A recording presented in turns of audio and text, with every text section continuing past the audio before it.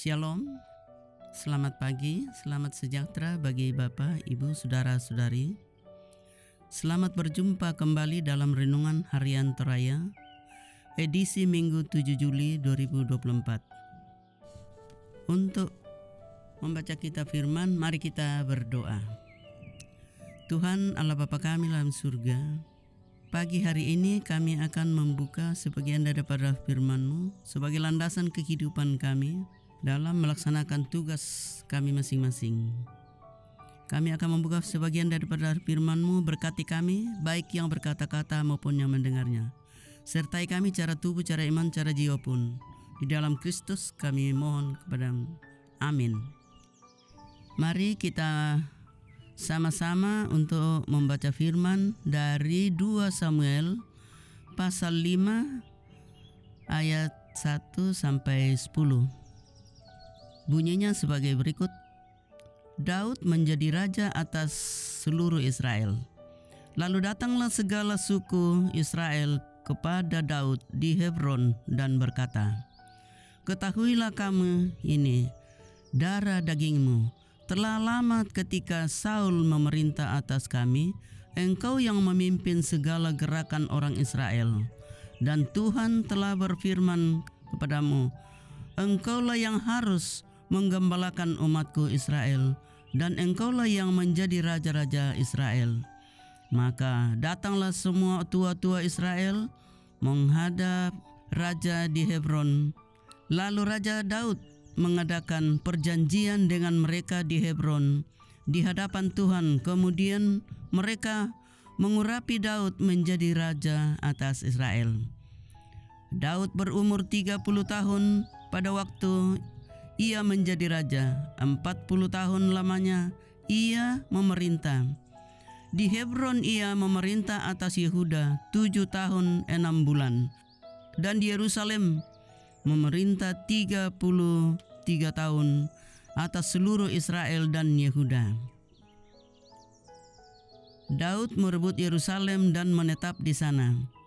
Lalu raja dengan orang-orangnya pergi ke Yerusalem, menyerang dan Yebus, penduduk negeri itu. Mereka itu berkata kepada Daud, "Engkau tidak sanggup masuk kemari. Orang-orang buta dan orang-orang timpang akan mengenyah engkau." Maksud mereka, Daud tidak sanggup masuk kemari. Tetapi Daud merebut kubu pertahanan Sion, yaitu kota Daud. Daud telah berkata pada waktu itu, "Siapa yang berhendak memukul kala orang Yebus, haruslah ia masuk melalui saluran air itu." Hati Daud benci kepada orang-orang timpang dan orang-orang buta. Sebab itu orang berkata, orang-orang buta dan orang-orang timpang tidak boleh masuk bait. Dan Daud menetap di kubu pertahanan itu dan dinamainya kota Daud. Ia memperkuatnya sekelilingnya mulai dari Milo ke bagian dalam. Lalu makin lama makin besarlah kuasa Daud, sebab Tuhan Allah semesta alam menyertainya.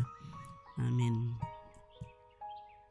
Saudara-saudara yang kekasih dalam Yesus Kristus, pembacaan kita tadi dari sekian pembacaan dari ayat 1 sampai 10 diberi judul ketajaman emosional, atau bahasa Torajanya kamatarusan penawa.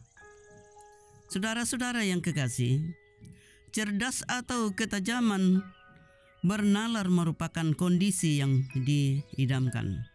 Betapa tidak, orang tua dan guru susah payah mendidik anaknya agar mereka bisa menjadi cerdas. Akan tetapi, ketajaman bernalar tidak akan pernah cukup bila tidak disertai dengan ketajaman emosional. Ketajaman emosional ialah kemampuan seseorang mengelola berbagai emosi dan perasaan dalam hati dan menggunakannya sebagai kekuatan positif. Toh, apa gunanya cerdas jika bersifat temperamental atau pesimis? dan hanya dikendalikan emosi dalam bertindak serta bertutur kata. Bacaan hari ini menampilkan bagaimana Daud, ketajaman emosional Daud. Ejekan orang Yebus merupakan strategi untuk menakuti Daud beserta prajuritnya. Ada kepercayaan bahwa menyerang orang buta dan timpang akan mengakibatkan kebutaan dan ketimpangan.